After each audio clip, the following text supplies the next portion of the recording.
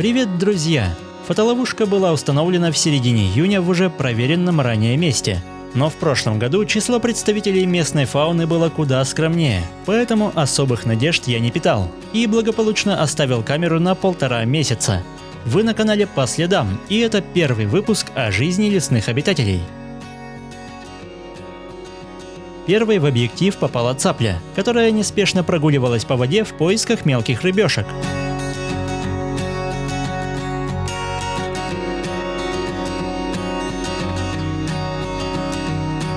Вечером того же дня островок приглянулся крякве, наиболее известный из диких уток.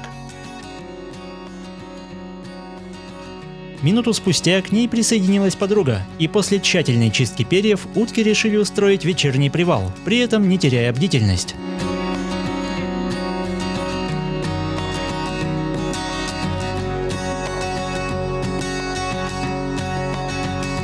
Пару дней спустя мимо ловушки пробежала молодая семья. Возможно, причиной спешки послужил щелчок включения подсветки.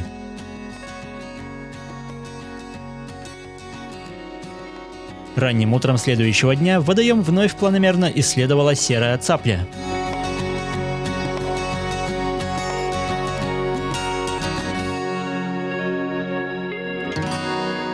Днем гостей не было, зато ночью через речушку стремительно переправилась норка, типичный обитатель прибрежных территорий.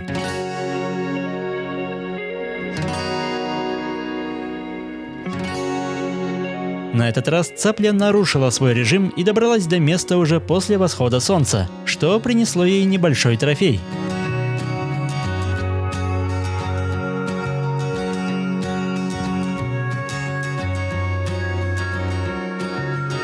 В обеденный зной нет ничего лучше, чем прогуляться по прохладной реке. Наверное, именно с такими мыслями мимо камеры неспешно прошел лось. Но поскольку ниже по течению образовался завал, уже спустя полминуты Сахатому пришлось изменить свои планы.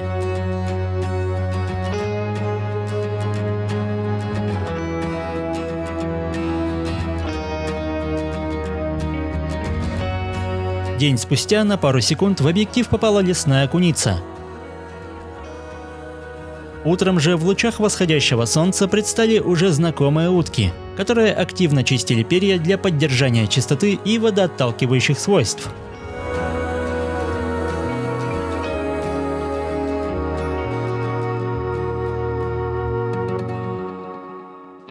Ровно сутки спустя на промысел вновь пришла неутомимая цапля, терпению которой можно только позавидовать.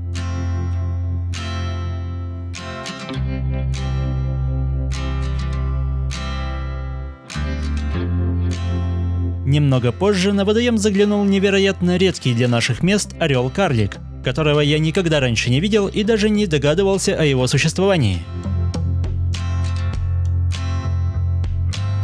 Но не обнаружив ничего съестного, пернатый быстро покинул поле зрения.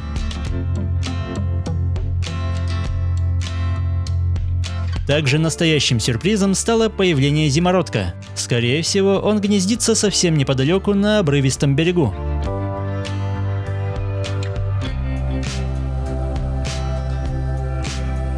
Ранним утром вверх по течению прошел молодой лось, размеры рогов которого пока совсем не впечатляют.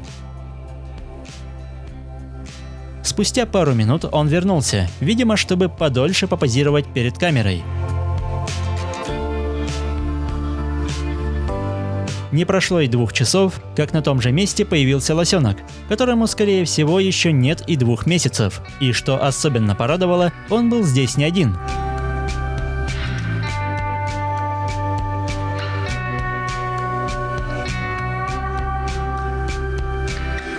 Судя по видео, вдвоем малышам никогда не бывает скучно. Они весело резвились в прохладной воде и устраивали забеги на перегонки.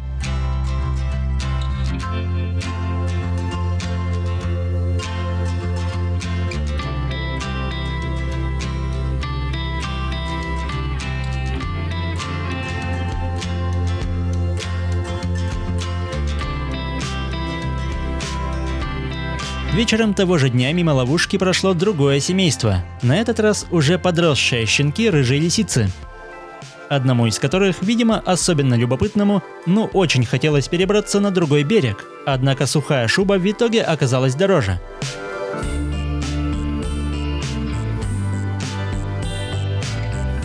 Чуть позже, старательно прислушиваясь и обнюхивая воздух, мимо неспешно прошла одинокая лосиха.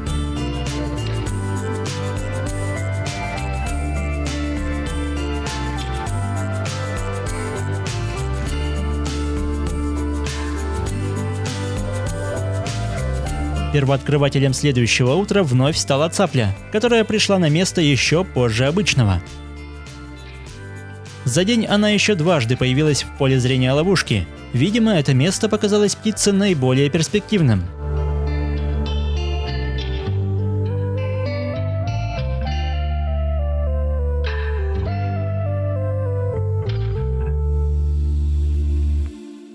Без меткой охотницы не обошелся и следующий день. На этот раз острое зрение и молниеносный выпад принесли свои плоды.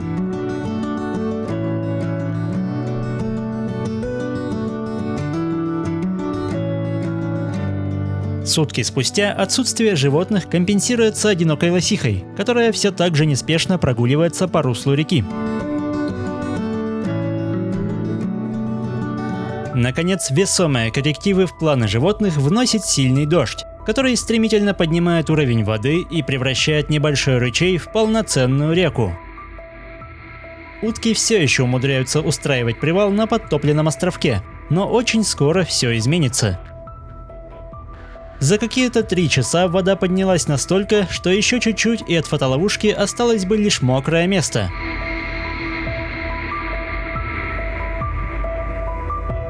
Наконец дождь начал стихать, и уровень воды хоть и очень медленно, но пошел на спад.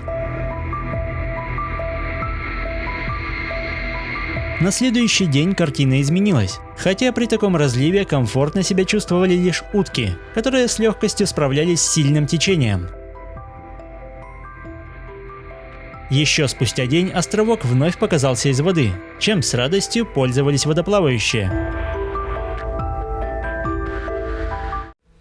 Подобное буйство стихии надолго отпугнуло животных, и лишь почти неделю спустя на реке вновь начали появляться привычные обитатели. При этом температура опустилась всего до 3 градусов. В обед стало заметно теплее, и внезапным гостем оказался большой черный дятел, который быстро осмотрелся и улетел по своим птичьим делам. Наконец, 1 июля перед камерой предстал настоящий гигант – лось в полном расцвете сил, о чем свидетельствуют его размеры и рога, которые смотрятся куда солиднее, чем у предыдущего самца.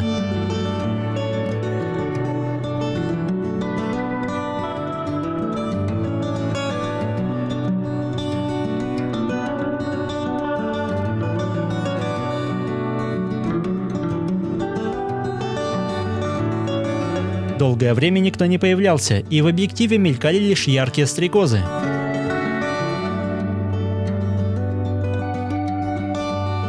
Лишь неделю спустя около ловушки появилась одинокая лосиха, которая словно сомневалась, куда ей идти и чем заняться, поэтому то и дело ходила из стороны в сторону.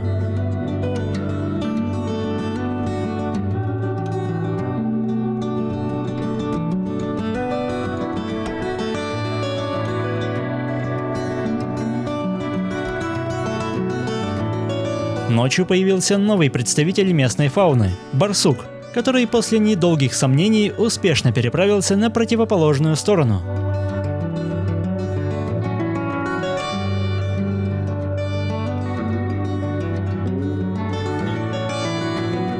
Вновь появились лосята, которые к вечеру, очевидно, уже вдоволь наигрались, поэтому они ведут себя куда спокойнее.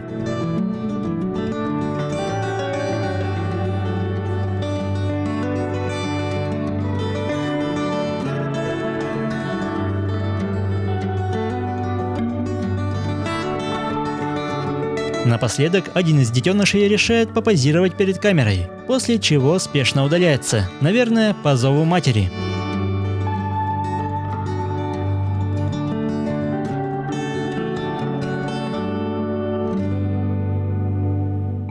Прохладным вечером островок посетили рябчики. Довольно распространенные лесные обитатели, но все равно увидеть их на фотоловушке немалая удача. И, наконец, одним из главных сюрпризов для меня стало появление бобра, добыча которого застряла в цепких зарослях хмеля. Однако настойчивый и трудолюбивый грызун совершенно не собирался мириться с таким положением дел.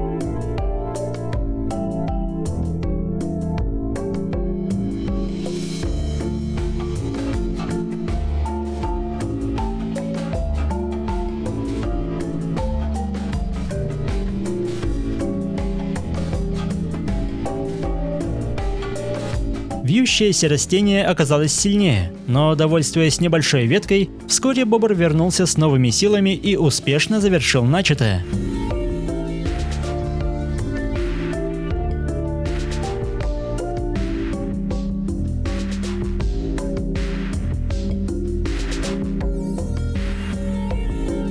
Похоже, что грызун решил всерьез взяться за это место, и, скорее всего, уже в ближайшее время от прибрежной растительности не останется и следа.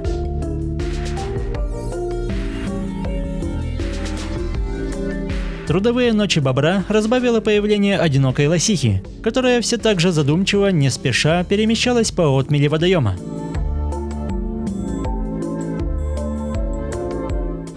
Утром речку посетила другая лосиха, но не одна, а в сопровождении все тех же лосят, одному из которых явно было веселее, чем другому.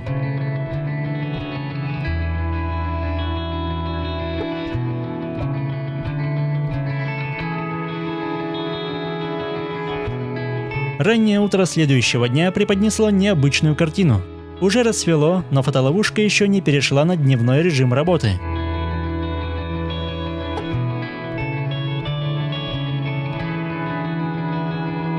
На этот раз малыши показывали удивительное спокойствие. Без лишней суеты они дожидались мать, которая показала дальнейшее направление.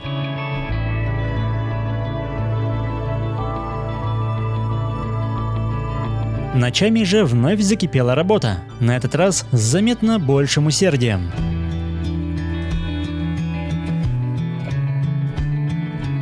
Молодые ивы одна за другой скрывались из поля зрения ловушки, а отдельная растительность поглощалась прямо на месте. Видимо, легкий перекус – лучшее средство перед выполнением тяжелой работы.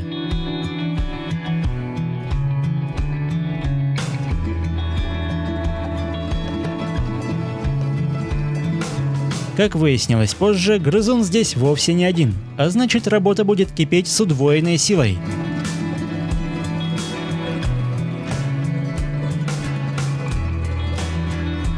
А на этом выпуск подходит к концу, ведь прошло почти 1,5 месяца. Но фотоловушка по-прежнему осталась на своем месте, а значит, спустя время вновь появятся интересные кадры из жизни прибрежных и лесных обитателей.